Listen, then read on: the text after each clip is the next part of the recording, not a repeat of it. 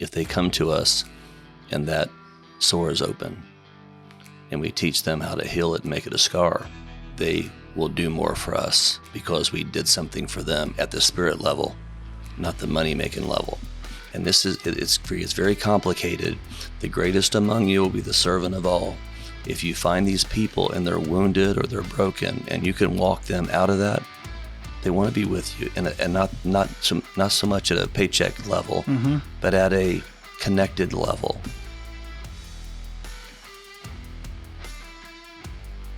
Rick, good morning. Good morning, Eddie. We are entering episode 7 of The Leader's Furnace. We have talked through a lot of your story. We continue to come up with different illusions that are part of our everyday. We lean into them, lies, maybe some myths that we end up leaning into. And today we wanted to kind of touch on one that is a major illusion for leaders, for alcoholics, for anybody who wants to be really in control. Yes. So today's the illusion of control. We in the giant tools that we're using, we always say, hey, we want to be able to control the controllables. There's all of these things that we can control. There's all of these things that we can't control. And if we can control the controllables, we can actually increase our influence. Yeah. I think sometimes what we end up doing is by controlling every controllable, I watch what I eat. I put stuff on the notepads. I write everything down. I control, when I go to sleep, how I consume, what I consume. When I wake up, I beat people to the clock, 3:30 a.m. This is a 3:30 a.m. industry. There's a lot of controllables that we can take on and we can grow in our influence. But sometimes the other side of that is that it's also an illusion because you are controlling the controllables, but how much control are you really in, right? So can you speak to that, please? Yeah, so from my perspective, and it's definitely the illusion of kind of the Enneagram 6, and I think it's even messier for the counterphobic 6. It's like we want control. And, we're kind of like planning people, ego plan people. The more planned we are, the less fear there is. So we're kind of, so things are happening. There's a pendulum swinging back and forth as to there's fear. Okay, wow, let's just plan ahead. There's fear, let's plan ahead. But what's interesting is we get really high marks, like we're the A students for planning an organization, and we get a lot of influence there. But the question is, where does it come from? I mean, what's the origin of this? We win by planning, So I think the other Enneagram numbers, it's difficult for them. When I look at some of the other Enneagram numbers, the 9s, I think the 3s and 4s probably are pretty good at it because it makes them. It's this winning thing. It's this doing good element of it. But the planning thing's a really big deal. And for me, I've benefited from that because early on. From my childhood, things were out of control. And it's probably kind of what's built me as Enneagram 6. I needed to get to paper because if I wasn't on paper, the fear was getting worse. It was staying up in my head and spinning around as my head's even to this day, it's a bit of a tornado up there. Very busy-minded 6s. So by being able to take this busyness of the mind, put it to paper, the intangibles, to the tangibles, and then being able to number those, we can navigate really well. But I think it's important to understand the illusion of that. It's like we're winning with it, but the question is, why are we winning? Mm-hmm. So. Absolutely. One of the things that maybe part of control is we learned in leadership development or in leadership books like Think and Grow Rich, the object of desire, right? We actually control what we desire, and we put it on paper, we write down the goal, and then we pursue that goal. And all that we can control is really the inputs, what we're going to do towards that goal. But the actual achieving of that goal, there's 1,000 things that have to go into actually achieving something. So we're not actually in control. As we're doing that, one of the things that I wanted to ask within that was, how careful should we be about the things that we desire, right? As when we set a goal out, you could set a goal to 10x your company and absolutely drive, push, head down. You're going after that. Is that the right desire? Is how much is enough, right? As we are thinking about control, How much control are we in of the things that we desire to set our mind to? How has that worked for you in the past? Like how big do you go? How high do you set the goal as you are in control of at least that, putting the object of his desire down on paper? Now, just because we put it to paper and plan it doesn't mean it works that way. But at least that ship's got a rudder on it. Because without that rudder, the ship just kind of drifts. So we got a ship, we got a rudder on it now, but even with that, it's still going to blow to the left and blow to the right. So we set the plan, we set the goal, and then things start happening. And, something that, as a Christian, it's a struggle for me because people say, let go and let God. And it's like, it's like, Lord, do I hear Lord take the wheel? And it's like, I feel a little bit differently about that. It's complicated for me because it's like, I think I should do everything that's within my control and then release it to him. And I probably lean a little bit more on not releasing it to him, but at the end, absolutely, it's guided by the Lord for me. And it goes to the left and goes to the right. And sometimes these things that you set out to do, they go astray. I mean, they go wrong. And even if you have the best plan ever and the best staff ever and the conditions, but it's just things will go off the ditch. And those become the great tests. When they're easy and you win and quickly, you just keep on, you get real positive, you get excited. But it's the ones that go wrong that you learn the most from. And you got to dust yourself off and get back up. And then people are going to say, you should have done it this way and should have done it that way. Well, it's easy to say what I should have done, but I'm, so to speak, the man in the arena. When you watch a football game, there's only 22 players, but there's 100,000 people in the stands telling you how it should be. Well, you're not on the field. When you're on the field, the perspective is different down there. And, so yeah, it can go astray. And then, Dan Sullivan recently said in The Gap in the Gain, there's a book that he has, great book, by the way, if you haven't gotten into that, or people that are watching haven't gotten into that book, The Gap in the Gain by Dan Sullivan and Benjamin Hardy. He actually says, Dan Sullivan, at the end of every chapter, they interview with each other, kind of like this. So they write the book, they talk about that chapter, and then they talk about it openly. And during his conversation, Dan says, meeting a goal or going after a goal is like being on a sailboat. The sailboat has a trajectory of travel from point A to point B, but the sailboat is never actually on the line of travel. It goes far to the left, then it goes far to the right, and then it goes far to the left. And if you've ever watched a sailboat travel over space, it actually takes very long lefts, very long rights, and it gets to the point of destination, but it's never actually on the travel line. And he's like, that's everything, every job, every work. I mean, I think Dan right now is maybe late 70s. You know what I mean? Like he has done this many, many times over. And he's like, it's just never a straight line as we can't control the process. As much as we can try, we can control the inputs, but we never end up being able to even control the outcomes. And I think that's what ends up happening. I spent a lot of time in recovery, and as we try to control the outcomes, we try to control people or things or places. It becomes a sickness internally because we realize just how much we can't control the world. And so, we ultimately get to step 3 in the recovery process, and it says we surrendered our life and our will over to the care of God as we understood him. And it's just this moment of going, that practice is really important. I mean, you mentioned it first, right? That practice of going, hey, this all has to do with God. Like there is a faith component to this, of going, what does it look like to actually surrender?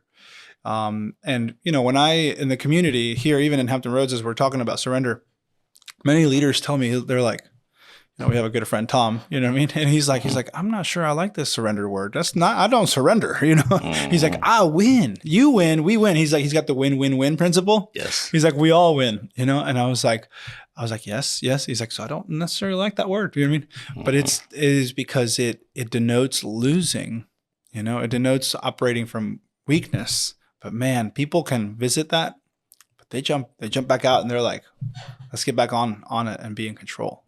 So it's the illusion of control when it comes to, hey, how much is God doing for us what, and how much are we actually doing for ourselves? How much is it favor that we've received? Mm-hmm. The brilliance, the smarts, the brain power, the physical strength, the financial favor, being at the right time, at the right place at the right time.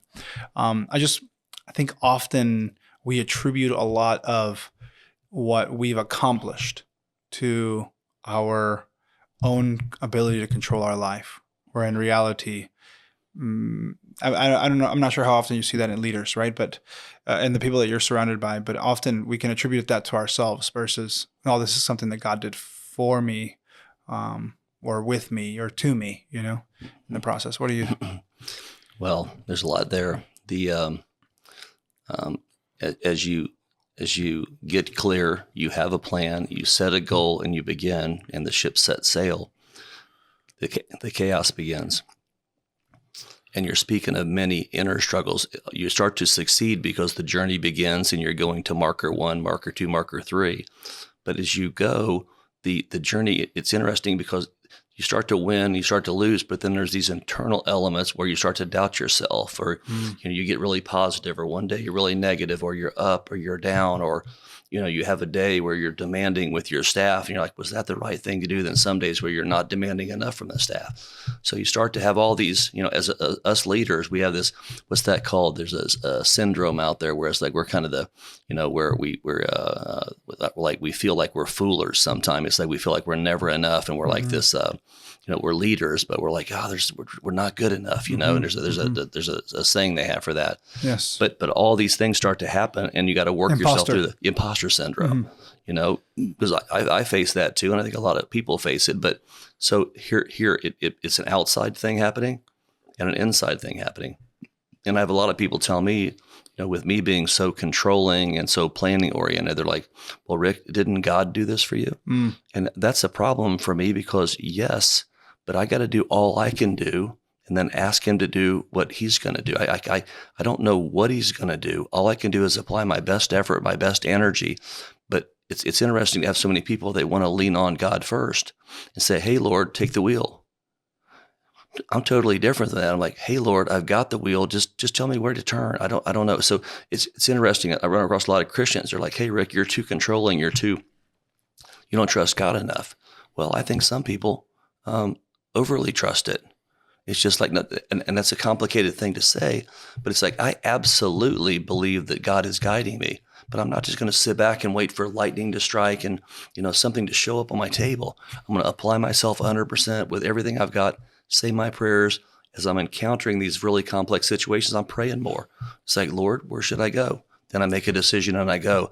But I think a lot of people need to do more before they just give it to God. And to do more, plan better. I mean, the better you plan, the better chance there is of it working out. Let me touch on something that you exposed even as you're talking, which is there is this inner world to leaders that nobody gets to see. The imposter syndrome, did I calibrate too much challenge today? Did I calibrate too much support? Did I bring entitlement? Did I bring fear? Did I bring manipulation? Did I bring mistrust? It's this calibration nonstop. But what you're speaking to is there's this internal work that happens for leaders, especially founder leaders, but leaders in general who lead organizations where you're like, there is an unseen inner battle of I'm up, I'm down, and there are 100 markers that if you're riding an emotional roller coaster, it'll get you, right? And so being able to go, hey, what does it look like to not be overwhelmed by that, but just realize that up and down, feeling pretty prideful, feeling pretty low, that back and forth. We call them the laws, right? The pride versus shame. We over amuse ourselves or distract ourselves, or we numb ourselves, right? We've talked through these myths. And so learning to go, hey, as leaders, there's this inner struggle that's always happening. And I don't think it's actually talked about very much because you get in peer spaces, peer groups, and sometimes it can go light, it can go shallow versus actually going, hey, this is kind of what the roller coaster looks like of actually managing my inner world as I'm leading a bunch of people around me, right? Do you get into spaces where people actually are open about that inner world, where they can actually speak to, hey, this is how you manage your inner world as a leader as you're doing this work? We encounter that. We're pretty open to the 5 voices in the Enneagram and the kind of this inside thing, but it's a lot of people hide that. It's like, hey, we want to talk about we got this job, we did this job, we did this thing, we built this thing, we won, but we don't always talk about the struggle to get to the win. And I think if more people talked about that, more people would stick with it and go towards the bigger win. But a lot of people have the illusion about what winning is. It's really more losing than winning. And I mean, it's one of those, when you set sail with all these goals, I mean, really bad things start happening. It's I have this thing that I say, I have this addiction to optimism. Well, thank God I have it. Otherwise I'd never get started, but we always have this, we're overly optimistic. Now we're planning. I remember when we decided to manufacture boilers and we decided to put in a relief valve facility, we planned for like 6 months. We looked at the pros and cons. We probably had 50 meetings to get ready. And then that ship set sail and all the optimism, man, it nosedived. I mean, we're like, how could this be happening? But it's the test. It is. It's the test every single time. So now I'm not even bothered by it. It's like optimistic, excited, pros, cons, get started, butt kick, rites of passage earned, pull it up and get going, But a lot of people think it's just the opposite. They think you're just blessed or you're fortunate. No, we're just resilient in adversity. When there's adversity coming, we expect it. We plan for adversity. I have a thing every day I write down on my notepad, handwritten, that says ugly 5. It's psychological for me. It's like, because if not, what happens is if I don't write down ugly 5, at the end of the day, I'm like, all I think about is the 5 things that went wrong versus the 95 things that went right. So you gotta put in there the plan. Just so we can lock in that tool. Well, so I use the kind of Benjamin Franklin planner on steroids. I have my own version of that, and that is one of the coolest of all the things that I do every day. That right there, if you look inside of that, that's the secret thing.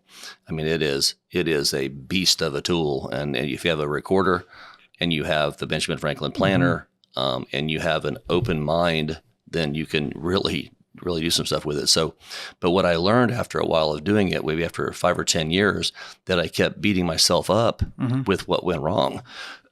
And I think a lot of people do that. It's like, look, plan for what's going to go wrong each day. I mean, if not, you're going to beat yourself up anyway. But what I found was when I started calling it ugly 5, at the end of the day, I'm like, oh, 5 things went wrong, but I planned for that to happen and I accepted it. That makes sense? So I actually write it by hand. I write down ugly 5, that way, I'm not thinking the day should be perfect, because so many people, it's amazing to watch. They get down and out because 1 or 2 things went wrong. Well, yeah, they did. They're going to every day. Well, you gotta have a psychological acceptance for that. Otherwise it'll make you quit. So you write your ugly 5, not when they've happened at the end of the day, but at the beginning of the day of what could happen. Yeah, I just play this ugly 5, but in the morning, it's written down this morning. There's an ugly 5 note in there. It's like, hey, 5 things today are going to kick my butt. But I'm not bothered by it. Why? I've planned for it, and I'm accepting the fact that things are going to go wrong. Let me create the tool here. So it's just the world of work, essentially, or the engagement of work. And so we have, in the world of work, we have the external or the outer work, which will be all of the ugly 5, the external things that are going to go wrong. But then there's the internal or inner world, which is all of the things and the reactions emotionally or mentally, the anguish that can happen from the external, right? So external, internal. And sometimes we wake up and it's an internal battle. For some people, it's an internal battle just getting out of bed. The battle's internal before it's even external. For some people, it's very sensory and it's very external, and then it becomes an internal battle because the external is so difficult. But sometimes the hard starts in the external, sometimes the hard starts in the internal. And to that, you have another layer of things, which is the proactive and the reactive. Proactively, you're like, hey, the ugly 5, I'm actually calling it and saying what's wrong, what's going to go wrong, what's going to kick my butt today. But then you have the reactive, which is you've almost, by the proactive, you've almost beat it to the punch a little bit because you've already anticipated it.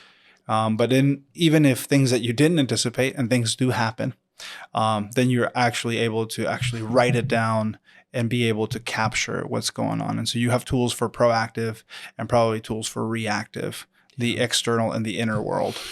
Think and Grow Rich speaks of, and I teach people this in our meetings. You can actually watch it happen. Sometimes I'll stop a meeting and have everybody just look around a little bit and like it's happening right now. It was happening on Monday with a group of people I was with. And I said, stop. I want you to watch what's happening right now. And, but what we find is that if you're not prepared early, the world will make you emotional quickly. So what happens is you have to be really ready. You have to, how I do it, how I say, this is just my plan. It's not the plan, but I'm going to spend from 3:30 or 4 o'clock in the morning until 6 o'clock in the morning, pulling a slingshot back. Just pull it back, pull it back, pull it back, get ready. And then at 6 o'clock, I'm ready for anything to happen. Most people just come in and go to work. And then what happens is you become reactive immediately because immediately there's problems. Well, it's different. If you plan ahead and you're ready and the slingshot's pulled back and you're ready to release the slingshot, some people pull it back and the rock just drops like 2 foot out there. I pull the slingshot back, it's going to go a mile. I'm really ready in the morning because the moment I get out of by myself with my music on, with my plan, all things get a little bit crazy after that. But being planned for it makes you be less emotional. And Think and Grow Rich talks about that because if you aren't ready for it, the emotions will get you and then fear comes. That makes sense. But if the plan is really resilient, it knocks the fear down. A lot of people don't realize that. I mean, Think and Grow Rich speaks of these things. It's a little hard to hear it and you got to study it, but it's in there. If you're not ready or you're not planned, emotions come and then fear comes with it also, then all kinds of trouble. You go to retreat is what you do. You're not retreating. Let me ask you this, just as we move from control to cost, right? What is the cost?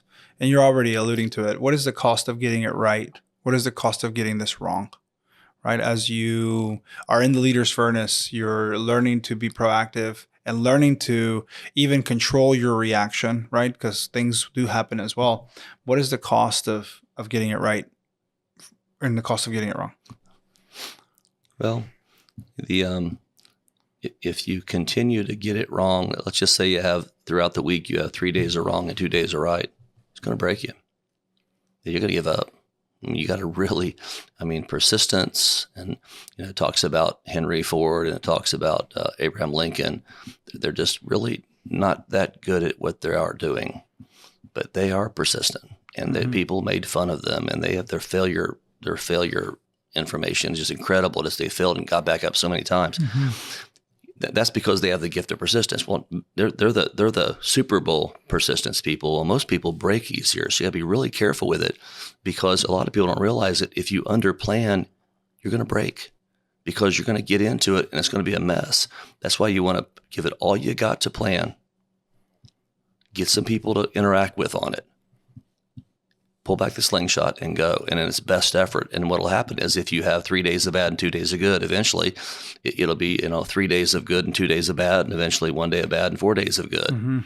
Because if not, it'll break your spirit. And so many people, it's amazing to watch it. People just give up quickly. Yeah, some people give up in the first week, in the first month, in the first year. And the worst thing you can do is have a plan, spend a year or two on it, and then get a new plan. Everybody's doing this. It's like what you want to do is plan. Don't start. Plan. Get rock solid. Get started. Burn your boats and do not go back because you don't need to have 50 influences over 2 years. You need to have one thing you do extremely well, but you got to be careful because everybody's like just getting started, then they quit. Getting started, then they quit. That makes sense? Yes. It makes absolute sense. Yeah.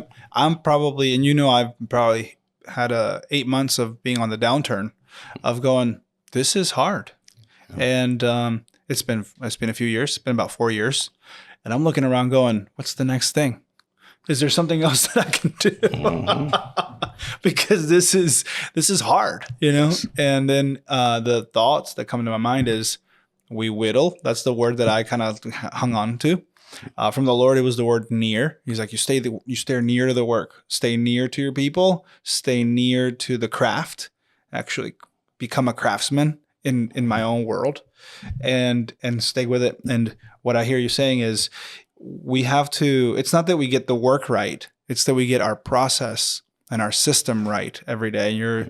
And we actually have to be in system 3 days a week. Eventually it becomes 4 days a week. Sometimes we might even have a week where we're in system 5 days a week, like meaning we woke up, we got the slingshot ready, we put pen to paper, and we actually instilled a process. This is, as PMI people are watching this this week or this month, this is one of the things that is foundational to people that come to work at Power Mechanical is they go from not having a notepad to having a notepad, from not having a dream to having a dream, from not owning a home to owning a home for the first time, from being in debt to having $10,000 in the bank. And some of these people are 20-year-olds, you know what I mean, who have a dream, have a hope, and aren't taking hard lender loans anymore. They are learning to make a shift. I was doing a core process with one of those young 20-year-olds, and he goes,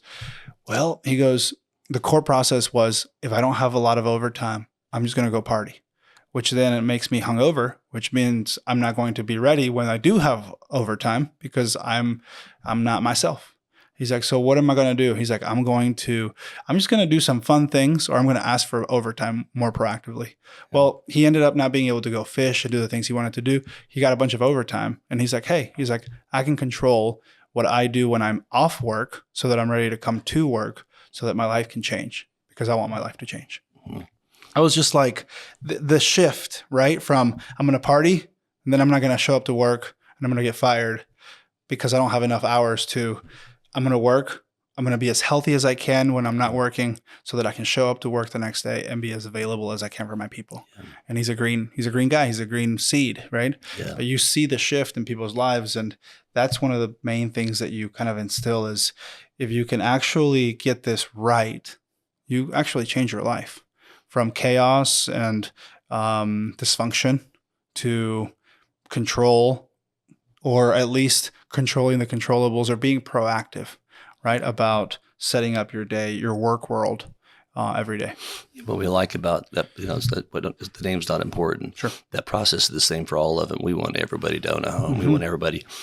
Everybody wants to be a millionaire. Well, you can't be a millionaire till you're a thousandaire. It's crazy. It's like everybody talks about being a millionaire. Well, you don't even have $1,000, or you don't have 10,000. You don't have 25,000. You don't have 50,000. It's just a journey. Everybody wants to go right to the winning, but in that right there, that's people building, and we're selling him on something. Look, that guy still needs to once a month go party and have a good time, but now he's making better decisions. And you can't really play hard if you don't work hard. Playing's not as much fun when you don't have money. So now you got a little bit of both. It's like a lot of people want to have fun and enjoy themselves. Well, if you don't have money, it's not as much fun. So now you can do a little bit of both.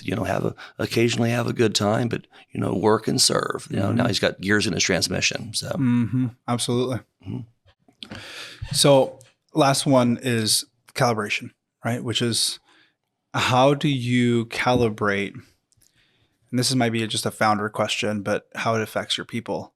You have the ability to wake up at 3 a.m. and probably string together a series of days. You not only put 5 days together, you might put 10, 15, 20 days together where you're actually getting up and pulling the slingshot back, especially when you're running all cylinders, and it's around here, it's when it's boiler season and it's, the middle of winter. And you can do that. You can push. How do you calibrate what you're doing, the way you do work, the way you do inner and outer world, versus people who come off the street who don't know the system, or who you have, maybe some pilings or some high level leaders around PMI who actually have been doing this for a long time, but there's just a different calibration for different people. You know what I mean? So how do you calibrate that, your relationship to your work, to their relationship to their work? I know it's a nuanced question, but it might actually be really simple. I'm not sure. I was just had this moment this morning where I was like, how do you process that, right? What you're willing to put into it versus what people are willing to put into it as a throttle. Okay, so in the last month, I had two, probably more than two, but two interviews that really stood out. Now, these are new people, and in an interview, there's only so much you can take away from that that's true. I mean, I'm spending 30 minutes with someone, but the fact that I know the Enneagram, know the 5 voices, and have been through thousands of employees, when I'm done meeting with them, I kind of make a decision. I estimate their direction, but I'm excited about these two. So now I found out yesterday that one of them, here when you enter, you take the Enneagram test. So I was asking this one lady yesterday. She's young, like she's 20 or 21, and tough childhood. She just wants to be someone. She just wants to. She saw the mess and the chaos, and I can just tell she just wants to be somebody. And she's seen some tough things, and she's seen some bad things, and that's okay. Sometimes that's fuel that you need for the fire to go forward. But I'm very excited about her.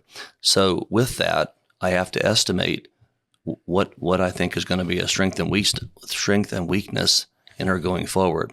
I think she's busy-minded. I think if we put her, so to speak, in purchasing her inventory, she's not going to be able to make it there for 5 years, because once you get into that, it's more of a guardian position than it is like a creative position. That makes sense. And I see her as a more creative person. So we're going to go ahead and put her. She has to do what she has to do to get here, and she has to pay her dues. No, it's not a 4. She's a 813, I think. Oh, okay, nice. Yeah, Pioneer connector. It sounds like kind of like a people-y, but can innovate. Yes. Okay, not guardian. Okay, but see, look what we just did. Most people don't do that. Say, I hired someone, they're a good person. I have a job description, and their resume fits it. Hey, let's get started. Man, that's where all the trouble starts in our country. You think you're aware, you are not aware. You and I did some homework on this. And, America thinks it's 80% aware, but actually when you check it, it's about 19% aware. Look at the pride in that. And then I sit with executives all the time in C12 and Vistage, and they're all like, I got this great hire, things are awesome. A year later, like, I got to fire them, they suck. It's like, if you could learn how to predict that sooner or steer it better, imagine the benefit of that. The Enneagram and the 5 voices do that. Okay. So, you can also smell out now you spot the professional interviewers, and you end up with that. I was at headhunting for a little bit, and there's actually people that rinse and repeat every 3 years, and they are professional interviewers. So that's what you end up with. Yeah. And plus they're low loyalty. Now there's nothing wrong with that. I'm a 6, so loyalty matters. But some people look, it's just business. It's like, hey, I'm going to run a 3-year cycle, tick it up by $3 an hour and get me another job. Well, that's right. You can, and if you can sense that, it's not real good for them to be here. They can be here and they can do a good 3-year cycle, and we can win together. But we kind of steer away from that because we need people to be here for like 10 years. But see, you can notice that. Once you start to notice, that's like, maybe that, that's not for us. Okay. So, but with these two, and these are, it's crazy to think as a president, I'm excited about somebody who's going to purchasing an inventory. Well, they're part of our 200 employee team, and it matters, but you never know when one of these persons is going to go like Courtney did, answering the phone. And now she's like the junior accounting leader. Okay. And that's what we're looking for. The hungry people. There's a thing that's called, what we're looking for is hungry, humble, and wise. Now, we're not looking for hungry, humble, and smart, because what happens is the smart people can be overly clever and a bit conniving. And sometimes smartness doesn't work as much as, it's amazing to watch it. The people that aren't as smart, that are more humble, tend to work harder. So we got to be a little careful with people that are really, really smart, because there's a little bit of deceit in there. They'll talk about how it should be, but they won't work, and it's a thing. So, but with that, we're building out 2 new people. I'm very excited about it. My entire future is based on these employees here. They're my partners. A lot of people don't realize this. They're not just my employees, my delegatees. If I can get them from uninspired paycheck on Friday to this idea, they can own a home, they can work some overtime, they got a career path, they're going to get $1 a raise for 40 years, which is $40 an hour. Now we're talking. That makes sense, Eddie? So we're trying to sell them on a career, not just a job. And we talk about that in our meetings. So to me, every person is a project, and every person is a 1-page. I do a boiler on a 1-page. and I do a project on a one page, and I do people on a one page, because every person is different. So with you, they can't do it exactly like me, because they probably are different than me. Yes. But they can grow with their own style. I'll tell them my style, but if I'm a 6, okay, and I'm working with a 3 or 4 or working with an 8, they're going to go about it differently than me. But we're going to get to the same place, just a different way. Let me translate, Rick, because this is the roadmap, and this is kind of for PMI that's watching it, but also for other companies that are watching. We look at people through the lens of nature, nurture, and choice. And you're saying, hey, their nature, nurture, and choice is not my nature, nurture, and choice. Nature is your personality, how you process information and make decisions, right? And so it's your Enneagram, it's your 5 voices, it's your Myers-Briggs, whatever it is that you use for typologies, right? It's your personality, but that's only one piece of the puzzle. The other piece of the puzzle is your nurture, which is your narrative, your story. Mom, dad, good experience, bad experience, difficult situations, trauma, abuse, neglect, rejection. We have the full buffet here, right? In between you and me, we have the full buffet, right? And so that's nurture, and then choice are the choices that we made because of the hand that we were getting dealt, essentially. And people make choices that go against their nature and nurture. You said it earlier. You're like, hey, what if this person, this 813 or 31 person that just showed up, if they decided to have become a CPA, they would be a very unhappy CPA.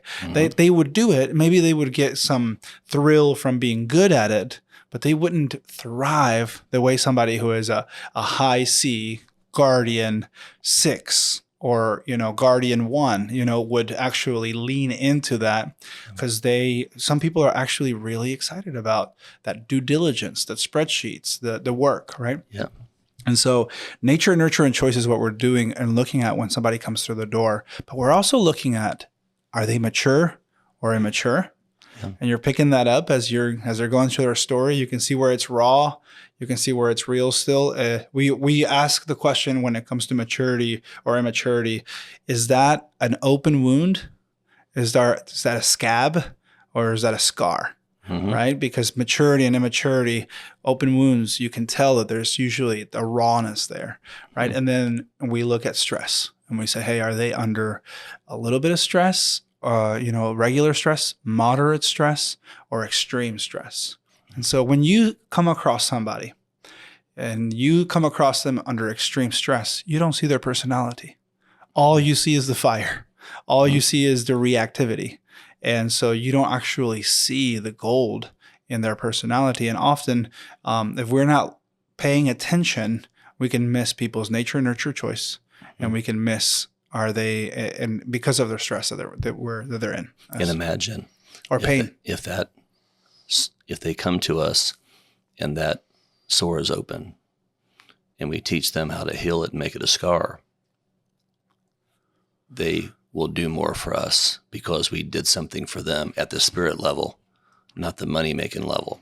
And it's very complicated. The greatest among you will be the servant of all.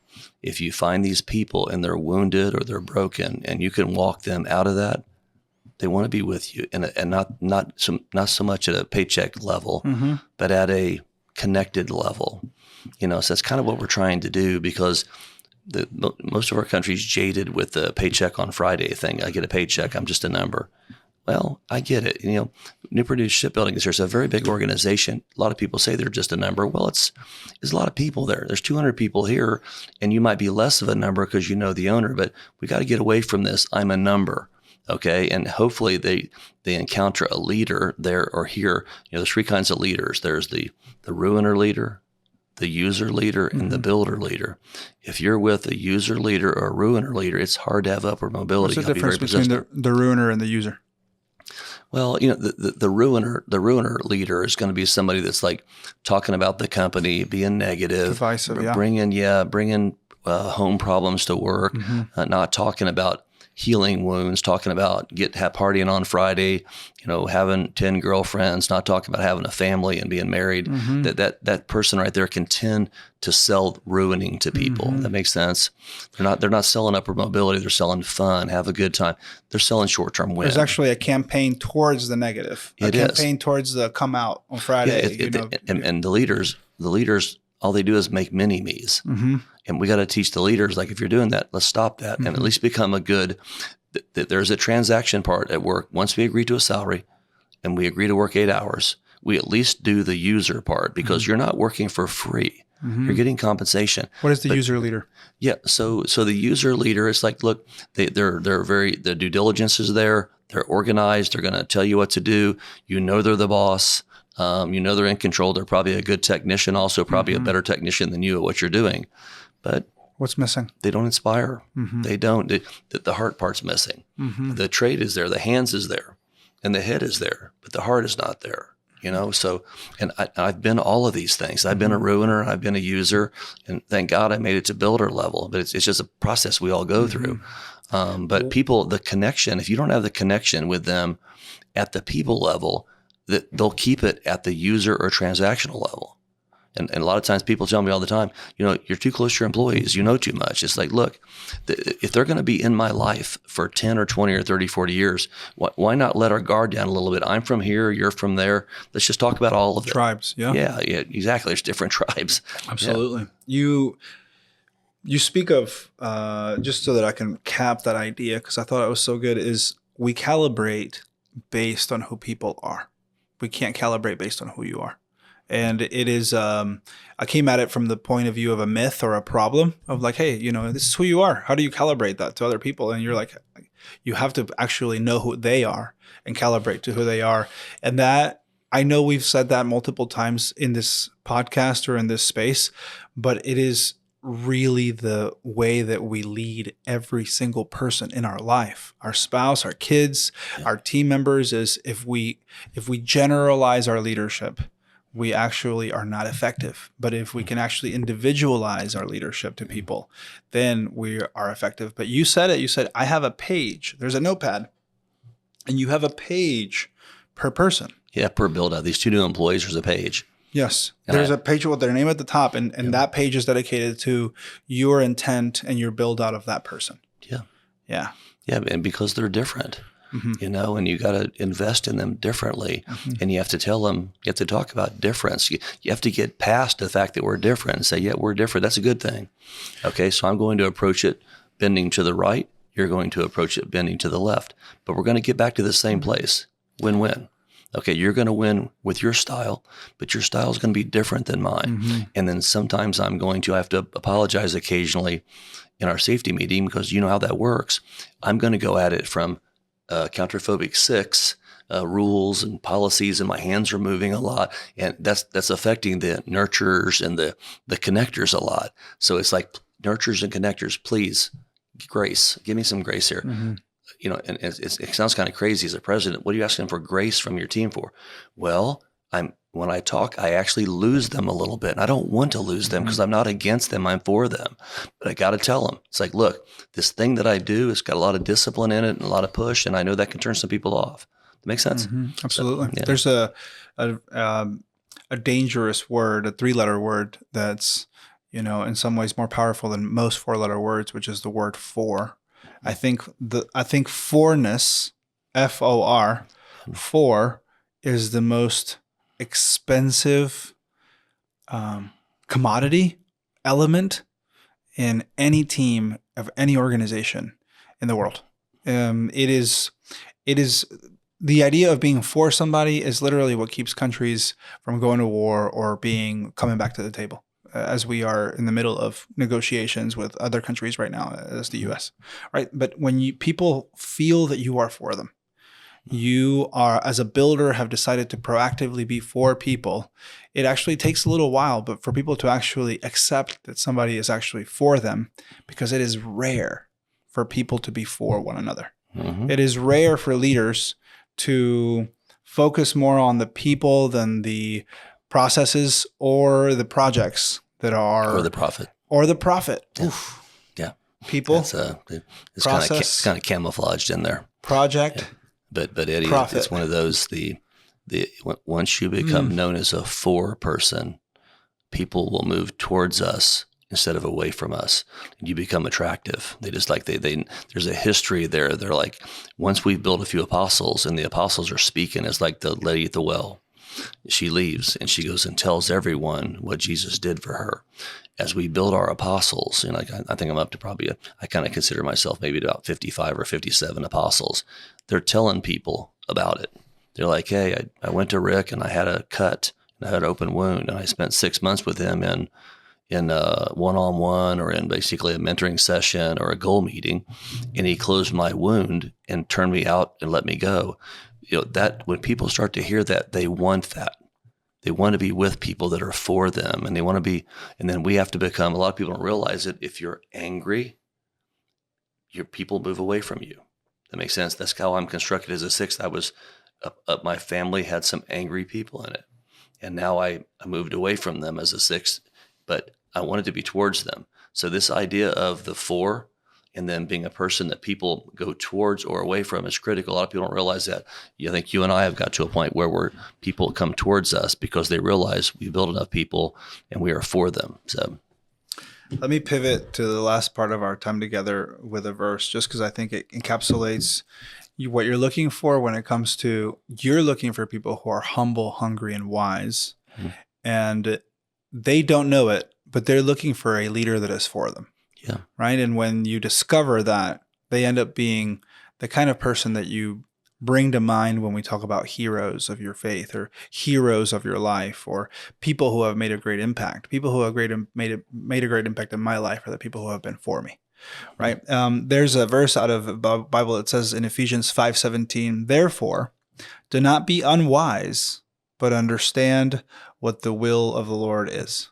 Right. There's another part where it says, do not live as unwise, but as wise, making the most of every opportunity. Right. And so there is this sense of wisdom is both discovering what the Lord has for you and what it looks like to enter into the work faithfully every day. And so what does God want from me? How can I enter into it faithfully? That's wisdom. And teaching that is something that is part of being for people. Now, I wanted to ask you about your story, and we're continuing the process of, growing PMI through the 90s into the early 2000s. Can you talk to me about, some of the markers of success or some of those moments where you were met with resistance when it came to buying buildings or, building the team? I know we have some in your back pocket for that for today. Yeah. Met with resistance. Yeah. Everywhere, every turn, resistance. So, so as we're talking about the facility and the buildings and kind of the markers of that, we have 2 campuses now, so to speak. We have one here in Newport News, one kind of in Hampton. And then it was funny a long time ago, you guys, what do you guys call it? The green and white empire? Mm-hmm. I heard that one time. I never thought of it that way. I just think of it as I need another building because we're jammed up with too much stuff happening. So when we were over at 502 Copeland and we were kind of jammed up, and this was probably in the 90s, so we started looking for another building because we were building boilers out in the rain and the snow. My guys would lay in the water and get shocked with welding cables, and they'd be out in the freezing weather. They were just crazy. They just did whatever it took, and but we needed to get inside. I mean, I appreciated what they were doing, and people would comment all the time, like, your guys do that all day long? Like, yeah, we don't have a building, so they just build boilers outside. So we're now looking for a facility, and the budget was like $600,000. We were in a building that was like a $200,000 building, and we wanted to get a $600,000 building as the budget. So we started looking around, and I'm like, man, for $600,000, they were rough, just not exactly what we needed. It just wasn't enough funding, to get to the next level, but that's where we were at.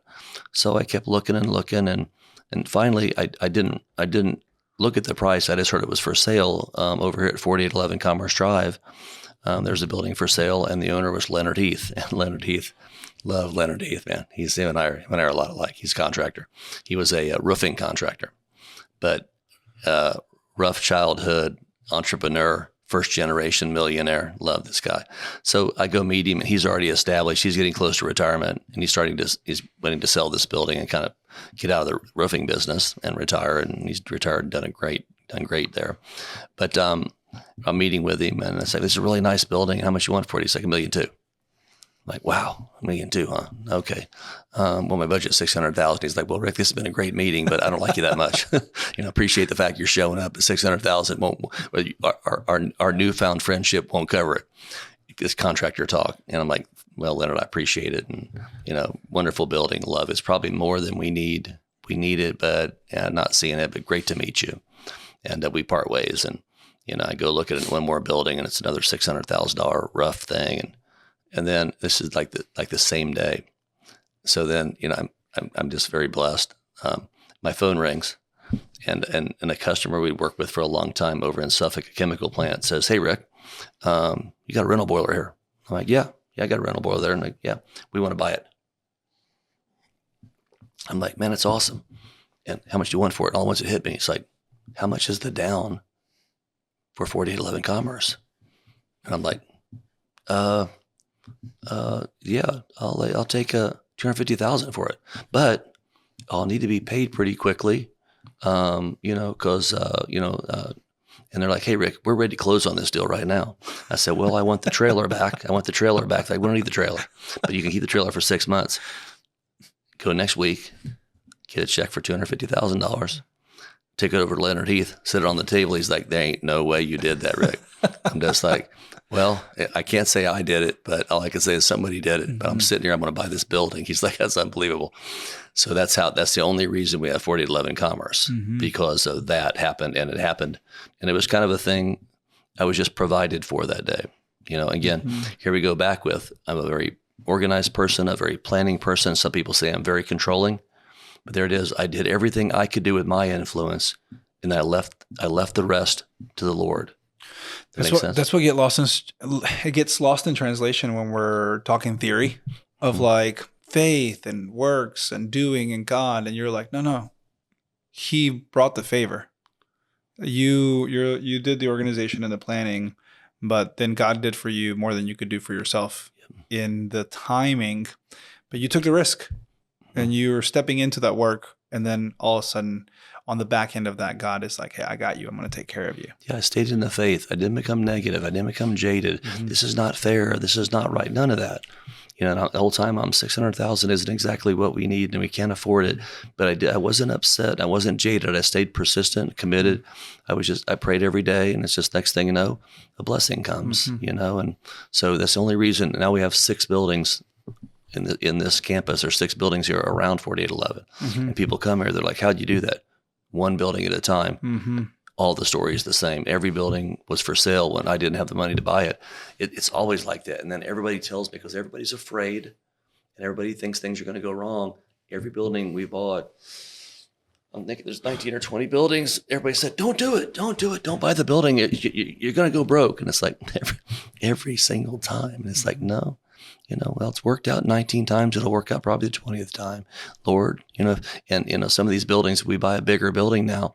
We set it up in a separate LLC, so that way if something goes wrong and I got to pull back, I can. That way it doesn't like kill the whole place. We can peel it off. But we've never had to do that. We're provided for.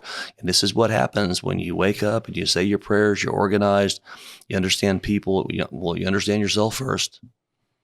You understand people. And you work together with them to grow. And then you heal that wound. You heal people's wounds. They will fight for you. If you just use them every day, they'll be fine. They're fine with you. Say, hey, you agreed to $20 an hour, and I'm going to give you $20 an hour worth. You heal that wound, they'll start going 20, 22, 25, 30, 35, 40, 45, 50. They win, we win. We're all just going up the hill together. We're able to bless because He blessed us first. Yeah. Right? We're able to be for people because we have a God who is for us in this process. And I hear you. To me, stories of faith aren't just internal of an internal belief, but actually like a taking a risk and operating on faith as you build. Right? It's being able to build a business or being able to build assets. But the reality is the business that you're in, that any business is in, is really a people business where you get to build people. And that's actually what allows you to build the business, ultimately. So I hear you saying, if you're not, go ahead. if you're not afraid, and you don't have to have faith to cover the fear, your goal's not big enough. I mean, people want to have these comfortable goals. Well, how much faith does it require to have a comfortable goal? I mean, you got to get at it. It's got to be a big goal, a scary goal, And of course, as a counterphobic 6, these are words that come out typically. But what happens is, if it's big enough, you got to fight really hard for that. Mm-hmm. I've had goals where I was praying 4 times a day. Not just praying in the morning. I'm praying 4 times a day. It's like, man, Lord, where are we at? What's going to happen? Am I going to make it through this? But it's like those goals right there increase your faith, mm-hmm. And then you know where it all comes from, because I knew I couldn't do it, because I couldn't do it without those prayers and the Lord coming back to build me out and to give me enough support, information, and enough faith and enough persistence to survive it. So you got to set big goals. It's okay to have little goals, but it's like these big goals. You'd be surprised how they work out. Mm-hmm. Yeah. Remember, you were here when this is the Noah's Ark story. When you were here the first time, you saw me run it off in the ditch, and I was building an ark, and I believed, mm-hmm. I believed it was going to flood, and I'd prayed and I thought it was going to flood, so I'd built. You had bought 8 or 9 units. Yes, you had built and bought. No, you bought them used, right? But you were building things out. And you just kept building. Yeah, so we're spending, $25,000, $30,000 a month. Well, that stuff adds up, So mm-hmm. I get to like month 10 to month 10, month 12, and next thing you know, my controller's like, "Hey, Rick, you're about to die. You're running out of money." I'm like, "Okay," and and then so whenever somebody does that to me, I go check their basis. So I go sit down with this controller. We'll just call this an out of control controller. And I said, "Well, walk me through what you just said." And she was walking me through it. And I'm just like, "Are you expensing the rental builds?" She's like, "Well, yeah." I'm like, "Honey, I'm not sure what college or school you went to, but those are capital assets. We're going to capitalize though." "Oh, well, I didn't know that." So it looks like we're like losing $400,000 or $500,000, and it goes to everything like balances out, mm-hmm. and everything's just fine. I'm like, "Honey, we probably should finance those. Maybe that's something you should do as a controller, is we should finance those, right?" I thought maybe you'd get the message there. So we finance them. 4 months later, everything settles down, but it's just going down, down, down, down, down, down, down, down, down, down. We're spending our money, running out of cash. Keep in mind, I'm paying this controller to do this job. You can't make this shit up. I mean, this is just people 101. So, and then she wants to tell me there's something wrong. I check it. I'm like, "You made some mistakes." Then we totally fix it. Everything settles down. But then here we go again, just like we talked about the building at 4811. Hurricane Sandy happens. Mm-hmm. And I had built that ark. Oh my God! Every single boiler went out. You weren't up in the Northeast yet, right? Like you weren't. You weren't in New York City. We were barely there, mm-hmm. And then Hurricane Sandy happens, mm-hmm. and every boiler I built went out in like 4 weeks, including some of them that weren't even done yet. Mm-hmm. I mean, we were shipping boilers. We were finishing the builds on the job site, because they couldn't get utilities to them because of the flood. So we took them up there, and while they were getting utilities back to them, we were finishing them build out. But there it is again. You see it. No, this people like, "Hey, look, he's successful. He has all these things. He's a winner." You need to get the story behind the scenes here. We got our guts kicked out. We were losers. We looked bad. My employees are wondering, are they going to make it or not? They're scared. Like, what's going on here? Is Rick really a leader? He's going to kill us off. Next thing you know, we come out of it and we turn that into a $20 million contract. You just, wow. Anyway, it's just, winning is, it's such an interesting thing. You got to know the story behind the win. And there's usually a lot of work, and usually the biggest work is on yourself. It's not the boiler, it's not the building. We're so in our own way, and man, that is a tough mirror to look into. Like, Lord, man, help me, help me overcome myself. And, And then when you realize that, you realize that people are doing the same thing. They're going through it too. So there it is. If you can get your own shit straight, then help them get their shit straight. Next thing you know, the culture does incredible things, So That's the title for today. Get your shit straight. yeah. Rick, thank you so much for today. That was awesome. I feel like of the times that we've been able to spend the times together, this has been.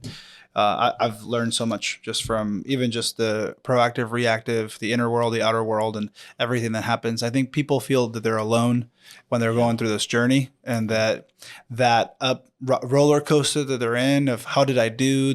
Am I leading my people well? Do I take more risk? Do I take the hill? That those inner and outer struggles are real for everybody, and so they often feel like they're hanging on a thread. They're in a really small percentage margin of gain, or there's a lot in the balance. And at the end of the day, you're saying, hey, it's me with the Lord, and then it's me with people, and that's all that matters, right? So, and that thread you're speaking of, people are hanging on a thread. Well, if you pray more and get your faith stronger and become more aligned with the Lord, that thread becomes a rope. Mm-hmm. Not a thread. The thread, when you see the thread, you think it's going to break and you're going to fall. The reality of it is, as you build out the faith part of it and the religion part, it's so amazing. They're tied together. The more afraid you get, and this is, I can speak to this because of my nature, but it's one of those, the more afraid you get, the more you pray. You get more humble, less prideful. It's kind of, they go together, so that thread that you're hanging on to becomes a rope, and you start to climb the rope. So anyway. Thanks, Rick. We're good. Appreciate you. Thanks, Eddie. Thanks.